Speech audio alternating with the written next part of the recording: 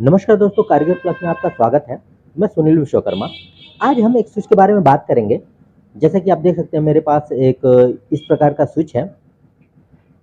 ये देख सकते हैं इस प्रकार का स्विच। इस स्विच का प्रयोग हम हीटर के जो टेम्परेचर है उसको कंट्रोल करने के लिए करते हैं। जिस प्रकार से हमारा जो प्रेस होता है, प्रेस में एक थर्मोस्टेट लगाया जाता है, यानी प्रेस के टेम्परेचर को कंट्रोल करने के लिए, उसी प्रकार से ये हमारा स्विच होता है। ये पावर का स्विच होता है, यानी इसकी रेटिंग जो होती है वो 16 एम्पियर, 20 एम्पियर, 32 एम्पियर तक की होती है। मार्केट में ये आपको सीमर स्टेट रेगुलेटर के नाम से मिल जाएंगे या फिर इनको एनर्जी रेगुलेटर कहते हैं।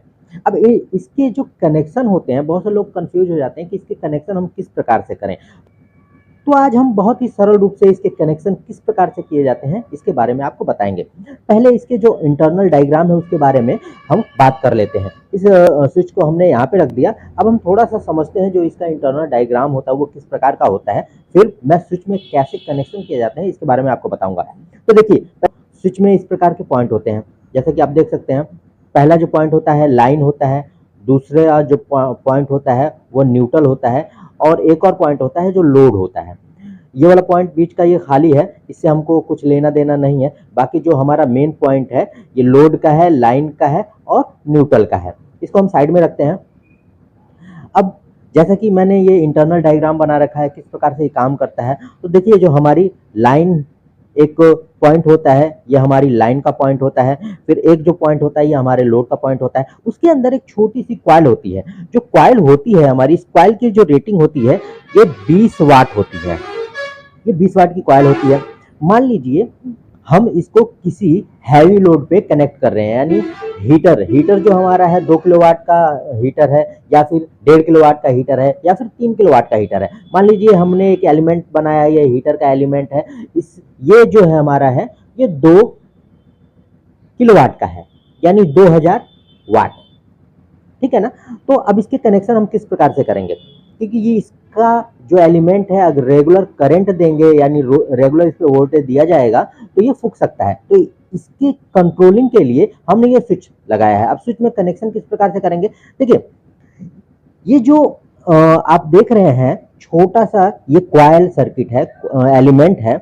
ये इसलिए लगाया जाता है कि इसी की हीट से जो हमारा अंदर का मैकेनिज्म है वह ऑन ऑफ होता है। यानी प्रेस का जो आप देखते हैं कि थर्मोस्टेट होता है, जब प्रेस की हीट उस पर पड़ती है उसी हिसाब से वह ऑन ऑफ होता है। उसी तरीके से ये भी होता है। इसकी हीट से ये जो मैकेनिज्म है ये ऐसे वर्क करता है, ऑन ऑफ करता है। तो इसमें हम नॉर्मल न्यूट्रल दे सकते हैं क्योंकि ये 20 वाट का होता है। अब इसके लिए हम प्रॉपर न्यूट्रल देते हैं। प्रॉपर न्यूट्रल का मतलब है कि अगर मान लीजिए ये 2 किलोवाट का है तो इसमें 4 mm की वायर लगाएंगे न्यूट्रल के लिए। अब देख सकते हैं जैसे ये लाइन है, तो सबसे पहले हमने सप्लाई यहाँ पे लाइन पे दी, लाइन पे इनपुट किया। ठीक है ना। हमने सबसे पहले हमारे पास न्यूट्रल और फेस आता है, तो हमारा 2 पॉइंट है वह, ये हमारा न्यूट्रल है, न्यूट्रल, और ये हमारा फेस है यानी लाइन है। तो सबसे पहले हम यहाँ पे अपने लाइन को कनेक्ट कर देते हैं। उसके बाद ये जो न्यूट्रल होता है, न्यूट्रल किसी भी उपकरण में, मैंने आपको पहले भी बताया था, किसी भी उपकरण में न्यूट्रल को हम डायरेक्ट जोड़ देते हैं। तो ये न्यूट्रल का पॉइंट है, हमने क्या किया, ये न्यूट्रल के पॉइंट को डायरेक्ट यहाँ पे जोड़ दिया। लाइन को हमने इसके लाइन वाले पॉइंट पे जोड़ दिया। अब होगा क्या कि जो इसका आउटपुट यानी लोड का पॉइंट है, यहां से आउट करके हम अपने उपकरण में जोड़ देते हैं। अब होता क्या है कि जैसे ही हमने इस पे, समझिए यह हमारा 0 से लेके 100 डिग्री सेल्सियस है, जैसे ही हमने इसको ऑन किया, समझ लीजिए इसको हमने 30 पे किया, तो जब 30 पे करेंगे तो ये होगा क्या कि 30 डिग्री तक जाते जाते जो हमारा इसके अंदर ये अपनी कॉइल है ये इसको मैनुअली ऑफ कर देगी, और इससे हमारा कांटेक्ट टूट जाएगा।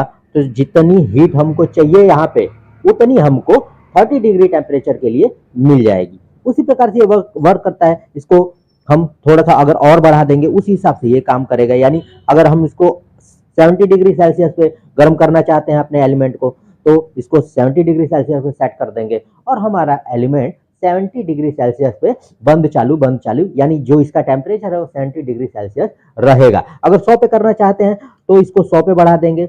ये इसी प्रकार से काम करता है और इसके जो कनेक्शन है बहुत ही आसान है। मुझे उम्मीद है कि आप अच्छी तरीके से समझ गए होंगे, अच्छी तरीके से जान गए होंगे। और भी अच्छी वीडियो देखने के लिए आप मेरे चैनल को लाइक करें, सब्सक्राइब करें, शेयर करें। नमस्कार, धन्यवाद।